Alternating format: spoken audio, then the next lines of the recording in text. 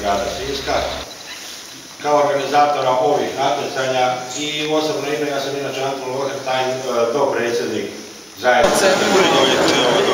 Sljedeće je koliko široko slušaj, može ići na primjer. Može ići koliko hoće. Ne smije se snimati.